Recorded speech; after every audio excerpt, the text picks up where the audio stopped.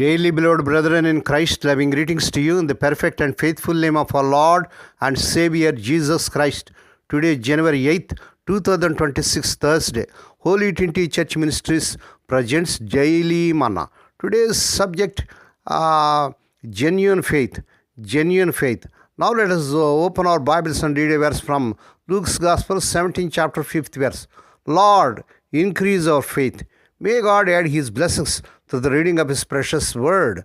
Dear children of God, saints of God, a crowd of 5,000 men besides an uncounted number of women and children were gathered on a hillside in Galilee, overlooking the little lake. In this great host of people who had come to listen to the Master was one small boy who wanted to be of help. Just one boy would not seem to matter much. Yet because of his faith and obedience, people all over the world for 2,000 years have marveled at the incident in which he played a major role. Praise God. The sun was just setting. The people had been listening all day to Lord Jesus as he mingled with them. It was no wonder that the children were restless and hungry. They had had no food for the entire day. The disciples concerned themselves with preparations for a meal. Lord Jesus had mentioned that the crowd must have something to eat before starting homeward. Feed with what? There was no place nearby where they could get food. Hoping some would share if they had brought lunches with them, the disciples moved through the throng asking for food. A small tugged on Andrew's arm. Here is my basket.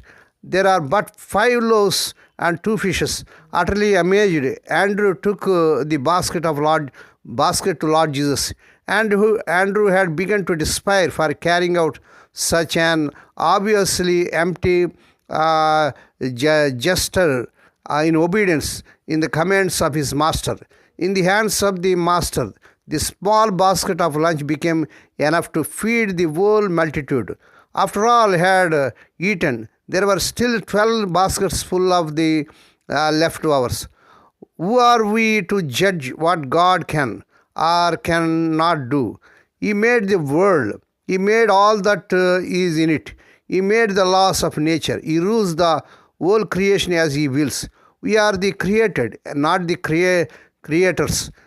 Emerson so fittingly penned these words, all I have seen teaches me to trust the Creator for all I have not seen. I have nothing to do with tomorrow. My Savior will make that His care. Its grace and strength I can't borrow. So why should I borrow its care? May God bless these few words. Now let us pray. Dear Heavenly Father, Holy Father, we thank Thee and praise Thee for this perfect and faithful morning that was given to us to come to Thee and to meditate upon Thy word. Bless those who are listening daily and regularly. Bless those who are sharing Thy word to their friends and beloved ones. Not only to hear, help them, Lord, to walk worthy according to the word of God. Lord, we pray for those who are celebrating their wedding anniversaries and birthdays today, Lord. Bless them and crown them, Lord, with the year of mercy, grace, and gladness. Perform a new thing in their life. Lord, we pray for the sick and suffering. Lord, let Thy healing virtues surge through their bodies. Touch them, heal them.